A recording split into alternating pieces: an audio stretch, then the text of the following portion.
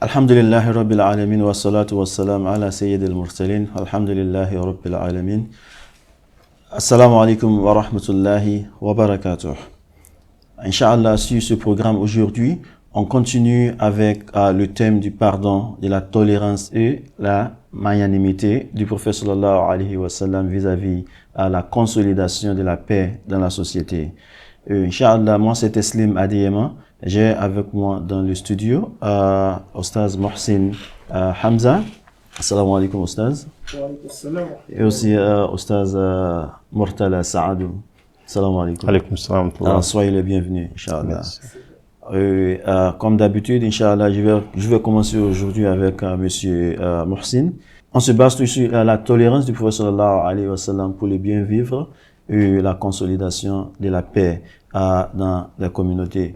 Donc, on prend des exemples qui se sont passés dans la vie du prophète sallallahu alayhi wa sallam. Et aujourd'hui, je commence avec un autre exemple, tel qu'on le fait. Il y avait un rabbin juif au temps du prophète sallallahu alayhi wa sallam qui faisait du mal au prophète sallallahu alayhi wa sallam. Et le prophète sallallahu alayhi wa sallam l'a toléré.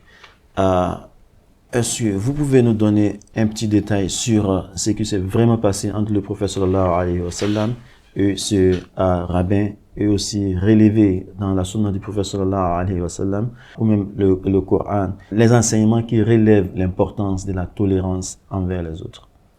Alhamdulillahi Rabbil Alamin, wa salatu wa salam ala Rasulillah, amma ba'd. Ce rabbin, Zayd ibn Sa'la, c'est un grand rabbin juif qui réside à Médine. La première leçon qu'on peut tirer de là, le prophète Mohammed sallallahu alayhi wa sallam, il a accepté des non-musulmans à rester à Médine. Ça montre toujours que le prophète Mohammed sallallahu alayhi wa sallam, il a de bonnes relations avec les non-musulmans. Ce rabbin, lui, il voulait tenter le prophète Mohammed sallallahu alayhi wa sallam pour voir ce que véritablement c'est un prophète. Lui, étant qu'un rabbin, il a eu la chance de lire les livres célestes, même si ces livres sont déjà falsifiés. Il a eu la chance de lire les livres célestes qui ont précédé. Et dans ces livres célestes qui ont précédé le Coran, l'arrivée du prophète Mohammed sallallahu alayhi wa sallam a été mentionnée dedans. Donc ils ont quelques indices pour pouvoir identifier le prophète Mohammed sallallahu alayhi wa sallam. Et c'était le cas. Il avait ça dans la tête pour tester le prophète Mohammed sallallahu alayhi wa sallam. Et qu'est-ce qu'il a fait? Il a prêté de l'or 350 grammes d'or au prophète Mohammed sallallahu alayhi wa sallam dans un délai bien défini. Selon lui, ce prêt n'est pas véritablement un prêt dans les normes, juste pour tester le prophète Mohammed sallallahu alayhi wa sallam. Donc, ils ont donné un délai. Et avant le délai, qu'est-ce qu'il a fait en public avec les grands compagnons? Le prophète Mohammed sallallahu alayhi wa sallam, il était avec les grands compagnons comme Abu Bakr, Omar et autres, c'est-à-dire les premiers qui ont embrassé l'islam. Et qu'est-ce qu'il a fait? Il est venu et il a tenu l'habit du prophète Mohammed sallallahu alayhi wa sallam par le terrain pour dire: donne-moi mon or et je te connais. C'est comme ça vous faites dans votre famille. Plus il taquinait le prophète Mohammed sallallahu alayhi wa sallam, plus la patience augmentait chez le prophète sallallahu alayhi wa sallam. Et plus il continuait, c'était en public. Le prophète sallallahu alayhi wa sallam a dit: mais nous avons un délai. Et il continue toujours. Et qu'est-ce que Omar a fait? Omar s'est précipité, voire même le tuer. Le prophète Mohammed sallallahu alayhi wa sallam a dit: non, ce n'est pas ça. Et Omar était tellement furieux et il a menacé Zayd même de le tuer. Et le prophète Mohammed sallallahu alayhi wa sallam, il a ordonné à Omar radiallahu anhu de l'accompagner pour le rembourser son or, 350 grammes, et de lui ajouter 32 kilogrammes d'or, parce que Omar l'a effrayé.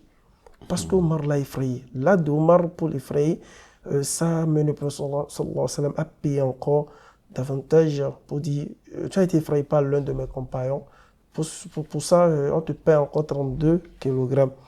Et Zayd, il a accompagné Omar radiallahu anhu pour aller chercher l'or. Arrivé là-bas, Et il expliqua à Omar pour dire, lui, il ne voyait pas le prophète Mohammed sallallahu alayhi wa sallam, il ne voyait pas des signes directs, c'est relatif à lui. D'autres ont vu des signes. Donc les signes sur lesquels le comptait, il n'a pas vu ça de façon directe. Mais plus il regardait le visage du prophète Mohammed sallallahu alayhi wa sallam, il a su véritablement que c'était le prophète. Donc en voyant le prophète de loin, il n'était pas sûr, il n'était pas convaincu que c'était le prophète Mohammed sallallahu alayhi wa sallam dont le livre céleste parlait. Donc le fait de tenir l'habit de Prophète sallallahu alayhi wa sallam et de le regarder dans le visage pour réclamer son nom, il a su que le prophète Mohammed sallallahu alayhi wa sallam était véritablement le sceau des prophètes dans les livres célestes et ils ont mentionné. Et qu'est-ce qu'il a dit? Il a dit que plus il regardait le prophète sallallahu alayhi wa sallam, il a dit que sa tolérance l'emporte sur sa colère. Plus il la regarde, il voit que sa tolérance, plus il le taquinait, plus il voit qu'il est plus tolérant. Il a dit, et que les abus intenses ne font s'accroître sa patience. Plus il s'abusait du prophète Mohammed sallallahu alayhi wa sallam, plus la patience s'augmentait. Et je les ai maintenant testés. Alors sache Omar, il a dit, ce que j'ai fait, Omar, j'ai fait ça sciemment, c'est pour tester véritablement ce côté-là, qui fait partie des indices des prophètes, en la personne du prophète Mohammed sallallahu alayhi wa sallam. Et qu'est-ce qu'il a dit? Il a dit, j'accepte Allah comme Seigneur, l'islam comme ma religion et Mohammed sallallahu alayhi wa sallam comme mon prophète.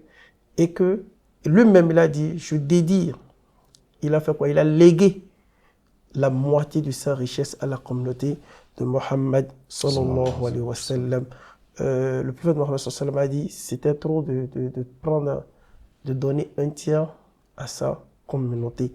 Donc, c'était ce qui s'est passé entre ce grand rabbin à Médine avec le prophète Mohammed sallallahu alayhi wa sallam. Inch'Allah, par la suite, on aura d'autres questions pour pouvoir tirer des leçons de ce fait. Inch'Allah, merci beaucoup. Donc, Ustaz Saadou, on vient d'entendre le contexte qui cerne le comportement du rabbin avec le prophète sallallahu alayhi wa sallam. Et bien que le prophète sallallahu alayhi wa sallam ne savait pas pourquoi il a fait cela, ses sahaba aussi ne savaient pas pourquoi il a fait cela, jusqu'à ce que le rabbin a expliqué à Omar pourquoi il a fait cela. Il voulait savoir si le prophète était vraiment celui dont les livres célestes parlaient. Donc, comment est-ce que le Coran et la Sunna voient-ils un tel comportement à l'égard de l'incivilité envers les autres, puisque les Sahaba voulaient battre ce rabbin et le prophète sallallahu alayhi wa sallam disait non, laissez-lui. C'était un comportement très très honorable du prophète sallallahu alayhi wa sallam. Comment est-ce que, quels sont les appuis dans le Coran et dans la Sunna du prophète sallallahu alayhi wa sallam qui supportent ce comportement du prophète sallallahu alayhi wa sallam? Bismillah ar-Rahman ar-Rahim. Wal-aqibatu lil-muttaqin wa la udwana illa ala al-zalimin.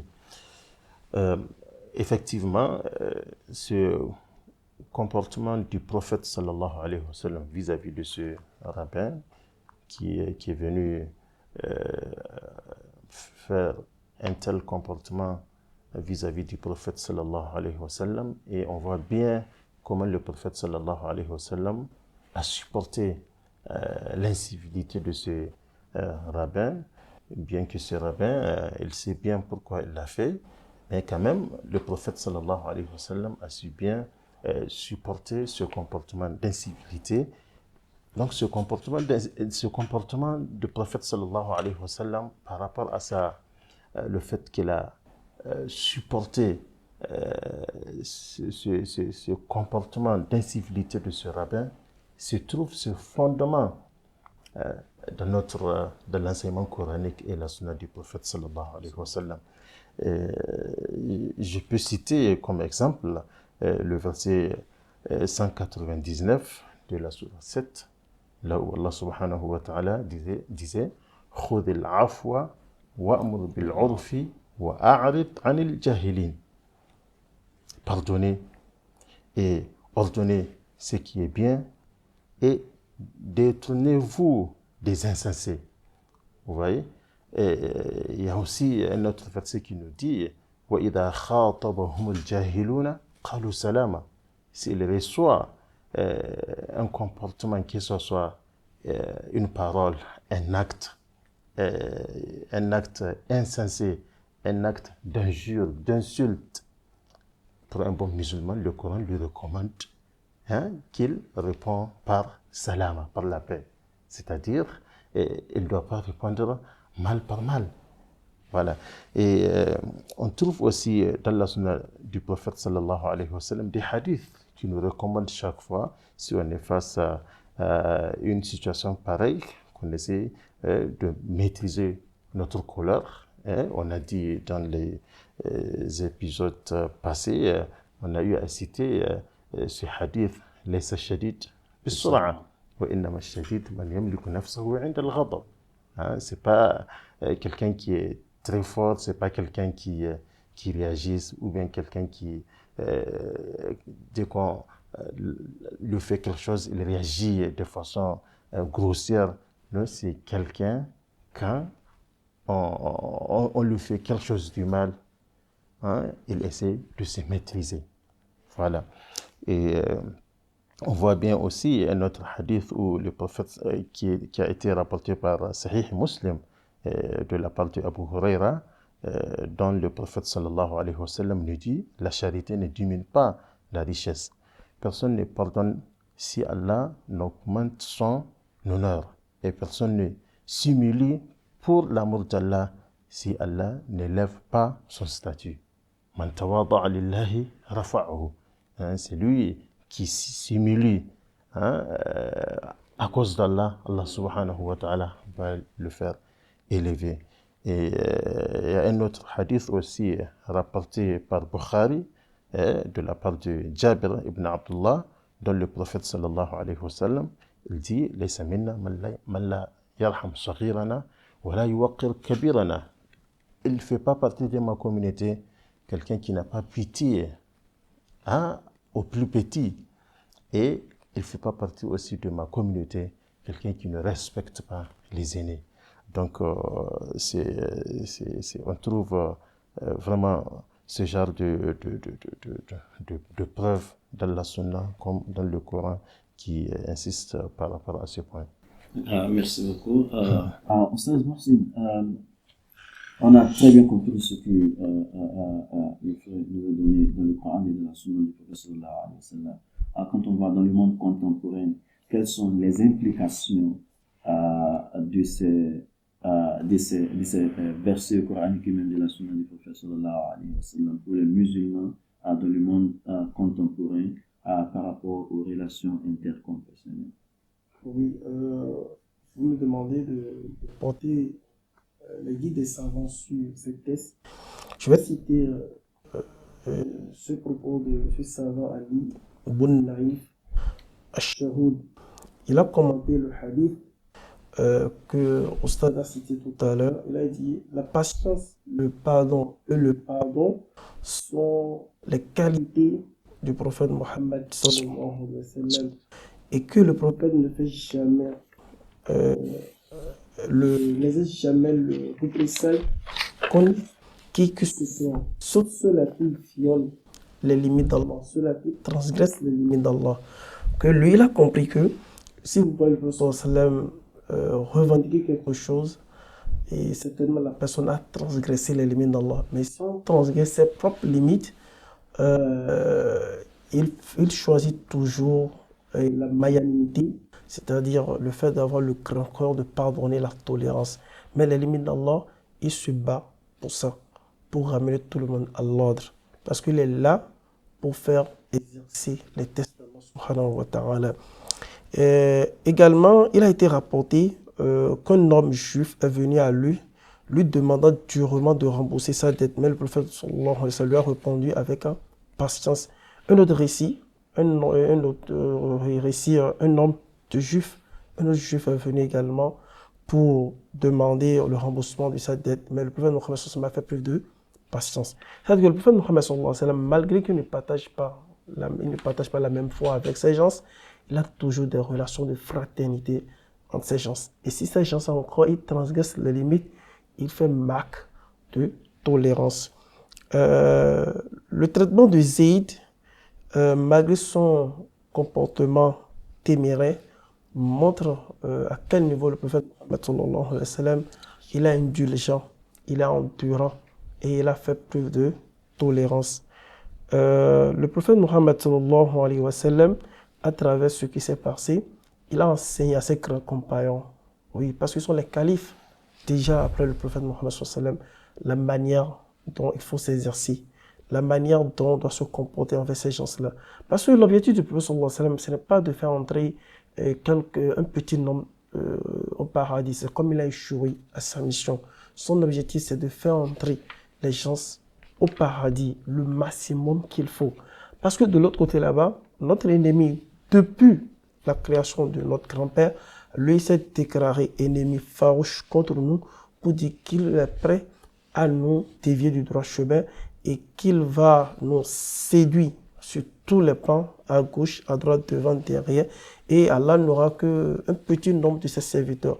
Donc le prophète Mohammed sallallahu alayhi wa sallam et tous ses frères, prophètes comme lui, sont toujours dans le même dynamisme de faire entrer beaucoup de serviteurs d'Allah au paradis. Donc ça ne sert à rien de continuer dans l'animosité alors que Shaitan est en train de gagner le combat.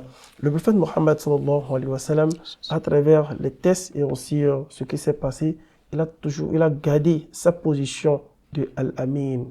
Il a gardé ça de Al-Amin, ceux-là qui ont fait confiance. Parce que il a prêté, et le prophète sallallahu alayhi wa sallam a prêté 350 grammes d'or.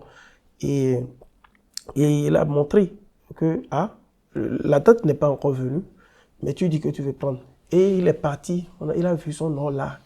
Il a vu son or, et on dit d'accord, comme mon compagnon, il t'a effrayé, il faut lui augmenter encore, toujours pour lui montrer que, véritablement, si c'était qu'il n'avait pas vu son or, comme il a donné, il allait dire qu'ils ont changé encore son or, c'est encore une autre histoire. Il a gardé toujours sa position de El-Amin, c'est-à-dire le confident, le véridique confident à qui on peut faire confiance. Voici un peu de ce que les savants ont dit aussi, les analyses que nous pouvons faire de ces récits aussi de ces tests. Alhamdulillah. Alhamdulillah. Merci beaucoup. Et aussi, il y a un point aussi que je vois est très très important dans ce récit, parce que c'est ce qui s'est passé aussi veut dire que il est possible aux musulmans même d'emprunter l'argent à des non-musulmans. Donc, on ne peut pas, parce que quelqu'un est non-musulman, on ne va pas emprunter l'argent chez lui. S'il est possible, parce que le prophète emprunte de l'argent chez le rabbin juif. Donc, cela montre que les relations entre musulmans et non-musulmans sont des relations humaines. Parce que ce sont les humains qui s'empruntent et qui prêtent, qui s'empruntent de l'argent. Donc, il faut très bien comprendre ceci aussi. J'aimerais prendre un autre cas. Je reste avec vous, Monsieur Ustaz Mohsin. On a un autre cas où le prophète sallallahu alayhi wa sallam priait pour le pardon de ses ennemis, même dans le feu de l'action. Est-ce que vous pouvez nous donner le contexte? De quoi s'agit-il? Qu'avons-nous d'autres dans nos textes sur le pardon et la prière pour que Dieu pardonne aux autres qui sont hostiles à nous? Oui, c'est suite à l'expédition de Uhud. Le prophète Mohammed sallallahu alayhi wa sallam, il a eu à faire beaucoup de batailles et d'expéditions, toujours pour réussir la parole d'Allah subhanahu wa ta'ala. Et avant d'y arriver, il a eu d'abord, avant la bataille de Uhud, et il a la bataille de Badr qui a précédé la bataille de Uhud, où les non-musulmans, les polythéistes, ils étaient 1000 et quelques, alors que les musulmans étaient seulement 313. Et avec ce petit nombre, les musulmans, ils ont eu la victoire sur ces polythéistes. Et ça a donné véritablement des séquelles pour ces non-musulmans, pour dire la bataille suivante, nous allons les massacrer. Comment 313 a eu la victoire sur 1000? C'est tout comme un effectif x3. Vous battez un effectif x3. Et ils sont obligés maintenant de mettre d'autres stratégies en place. Et cette fois-ci, qu'est-ce qu'ils ont fait? Ils ont marché même de la Mecque vers Médine, sur une distance de 400 km, toujours pour mieux se préparer afin de massacrer les musulmans. Et cette fois-ci, ils sont venus, ils ont doublé, ils ont triplé leur effectif. Ils sont passés à 3000, ces polythéistes. Le prophète Mohammed sallallahu alayhi wa sallam, ils sont maintenant à 700 musulmans pour combattre ces ennemis. Ce qui s'est passé, c'est quoi? Ils ont pu arriver à tuer 70 ils ont martyrisé 70 parmi les compagnons du prophète Mohammed sallallahu alayhi wa sallam, et ils ont blessé le prophète Mohammed sallallahu alayhi wa sallam. Même le bouclier qu'ils portaient, ils ont pu arriver à percer le bouclier, ils ont cassé les dents du prophète Mohammed sallallahu alayhi wa sallam. Et avec tout ça, le prophète Mohammed sallallahu alayhi wa sallam, il pouvait implorer Allah. Le doigt, l'invocation du prophète n'est pas comme l'invocation de quiconque parmi nous. Et c'est rapide. Il pouvait implorer la malédiction pour ces ennemis-là. Mais selon lui, ce n'est pas ça. Si je l'implore la malédiction, ils auront la colère d'Allah et ils vont mériter l'enfer. Alors que nous voulons qu'ils vivent, qu'ils comprennent et qu'ils reviennent à l'ordre et se repentir de façon sincère et accepter l'islam. Et le prophète Mohammed sallallahu alayhi wa sallam, il était là tout enseignant. Et qu'est-ce qu'il a dit? Il a dit: oh Allah, pardonne à mon peuple car il ne sait pas, il ne le sait pas. C'est-à-dire, s'il savait ce pourquoi je suis envoyé, je suis prophète, il n'allait pas faire tout ceci. Donc, il s'était tellement touché. Le prophète était tellement touché. Il a vu ses compagnons partir. Dans lieu de prononcer de malédiction sur eux, il a préféré dire qu'Allah les pardonne. Qu'Allah les pardonne. Ça montre également que malgré, dans les conditions difficiles, le prophète Mohammed sallallahu alayhi wa sallam choisit toujours la tolérance et choisit toujours la magnanimité, c'est-à-dire le grand cœur, afin d'atteindre son objectif. Vous voyez? Et il a fait preuve de ça. Et après, il est venu même dans un autre récit, le prophète Mohammed sallallahu alayhi wa sallam, il a dit: comment un peuple peut-il réussir après avoir entaillé, autrement dit, après avoir grièvement blessé son prophète et l'avoir imbibé de sang alors qu'il les appelle à Allah? Oui, il a dit ça dans un autre récit. Après les faits tragiques à Uhud, le prophète Mohammed sallallahu alayhi wa sallam, il a toujours maintenu sa magnanimité et sa tolérance.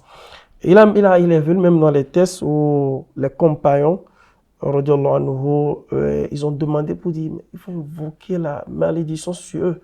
Ils ont demandé: mais c'est trop. Il y a dit 3000, ils ont déjà tué 70. Ça ne reste que 600 et quelques. Le prophète Mohammed sallallahu alayhi wa sallam, il a dit quoi? Il a dit ceci, il a dit: je n'ai pas été envoyé comme invocateur de malédiction. Au contraire, j'ai été envoyé comme une miséricorde pour toute l'humanité. Et nous avons beaucoup de tests qui soutiennent ça. Je vais laisser au stade confirmer, renchérir cette bataille avec ces tests. Merci beaucoup. C'était très bien expliqué. Et comme vous l'avez dit, des versets coraniques, des textes pour l'appui sur ce comportement du prophète sallallahu alayhi wa sallam qui dit il ne faut pas invoquer de la malédiction pour les ennemis. Monsieur, vous pouvez nous en donner quelques-uns? Effectivement.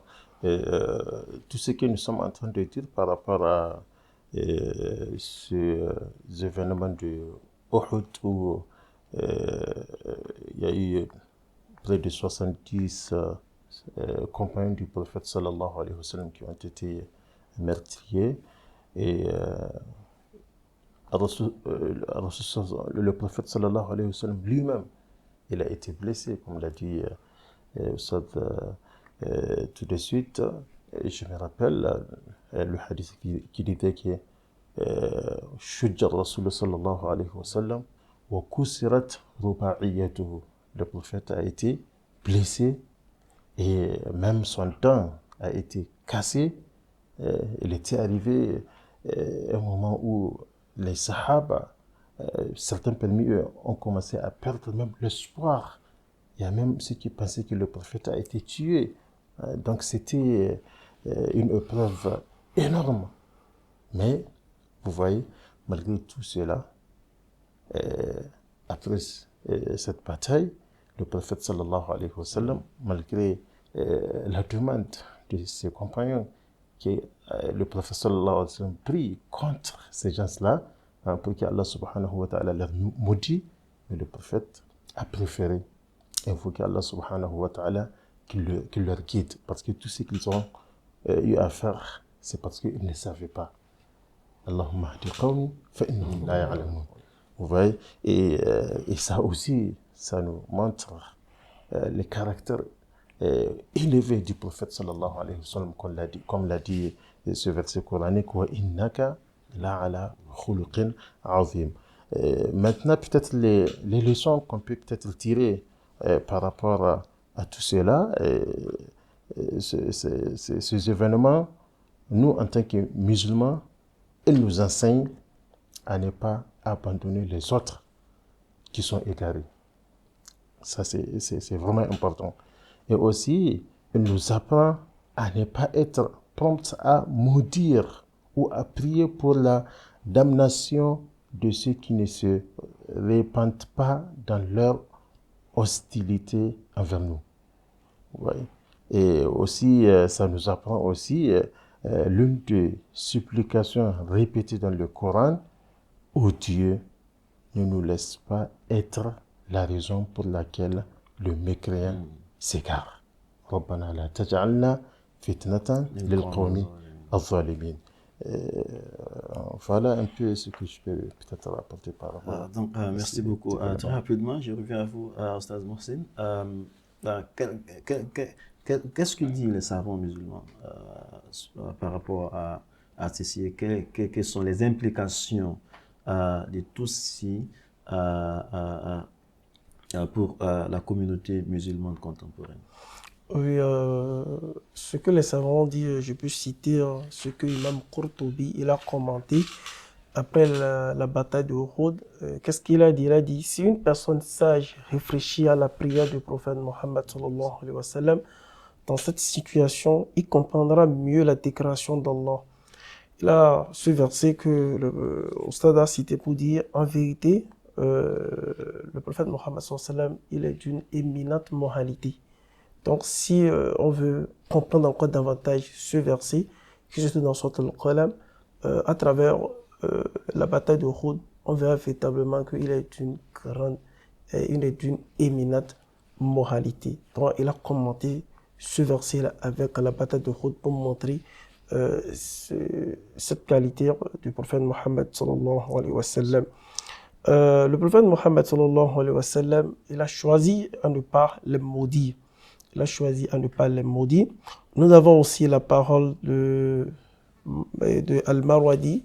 Lui-même, il a commenté le verset que Oustad a précité pour dire qu'Allah ne fasse pas de nous une mauvaise cause d'égarement. Qu'on ne soit pas des mauvaises causes d'égarement pour les gens de façon générale.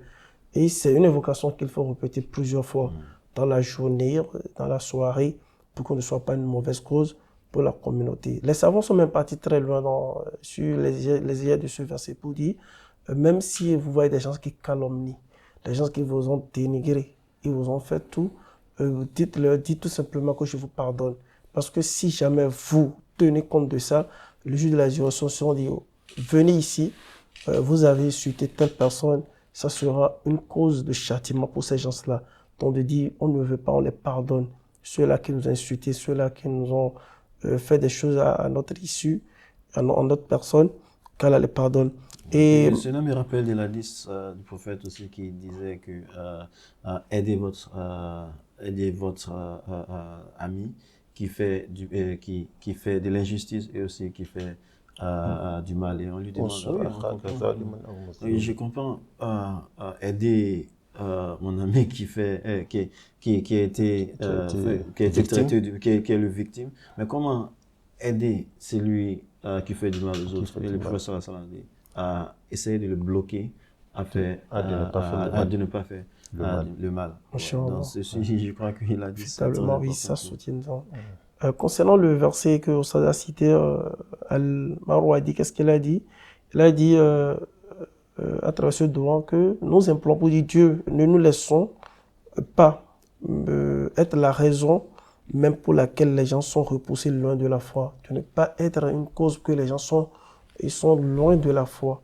Ils n'aiment pas l'islam, ils voient l'islam autrement. Donc le musulman doit contrôler ses paroles, doit contrôler son habillement, doit contrôler ses actes, pour que ne soit pas une mauvaise cause, pour que les gens s'éloignent de la foi, pour dire c'est comme ça l'islam est, à travers toi, ton comportement, on peut égarer. Et en l'occurrence, lorsqu'on est responsable de faire très très attention, les responsables musulmans, ça peut être des savants, des imams, un seul acte, ça peut guider, un bon acte et aussi un mauvais acte aussi, ça peut égarer beaucoup de personnes.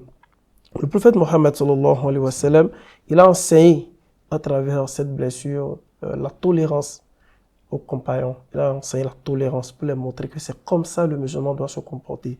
Et vous allez constater, après la mort du prophète Mohammed sallallahu alayhi wa sallam, Omar n'était pas Dieu comme il était au temps du prophète Mohammed sallallahu alayhi wa sallam. Parce que lui-même, il a pris l'association, il arrive des fois même, il promène dans tout Médine pour voir comment les choses se passent et voir ce qu'il faut corriger. Omar n'avait pas appris cela avant l'arrivée de l'islam. C'est un homme rude, c'est un homme qui aime forcer les choses. Mais avec ça, auprès du prophète Mohammed sallam, il a été à l'université du prophète Mohammed sallam. Il a appris, et Allah même a dit, radiyallahu anhum, qu'il est satisfait d'eux. Et eux-mêmes l'ont dit, wa radu anhu, ils sont satisfaits d'Allah subhanahu wa ta'ala. Et si nous méditons. Il a même fait une extension de sa magnanimité, pas seulement aux humains, mais même aux animaux et aussi aux plantes. Parce que Omar, souvent, lorsqu'il se promène, il y avait un jour qu'il se promenait et il voyait qu'il y avait un cheval qui est tombé et il a commencé à pleurer. On lui dit pourquoi il pleure et il dit il ne sait pas le jour du jugement dernier. Allah subhanahu wa ta'ala peut lui demander pourquoi est-ce que toi tu es le Amirul Mu'minin et il y a des animaux qui trébuchent dans la forêt. Ouais, et il a commencé à pleurer. Ça c'était ce sont des choses qu'il a appris du prophète sallallahu alayhi wa sallam et il a pratiqué ça même à son temps. Effectivement, le cas dont vous êtes en train de citer, je me rappelle de ces textes qui dit que c'est Omar lui-même qui parle. لو عثرت بغلة في العراق لسأل الله لما لم تصلح لها الطريق يا عمر.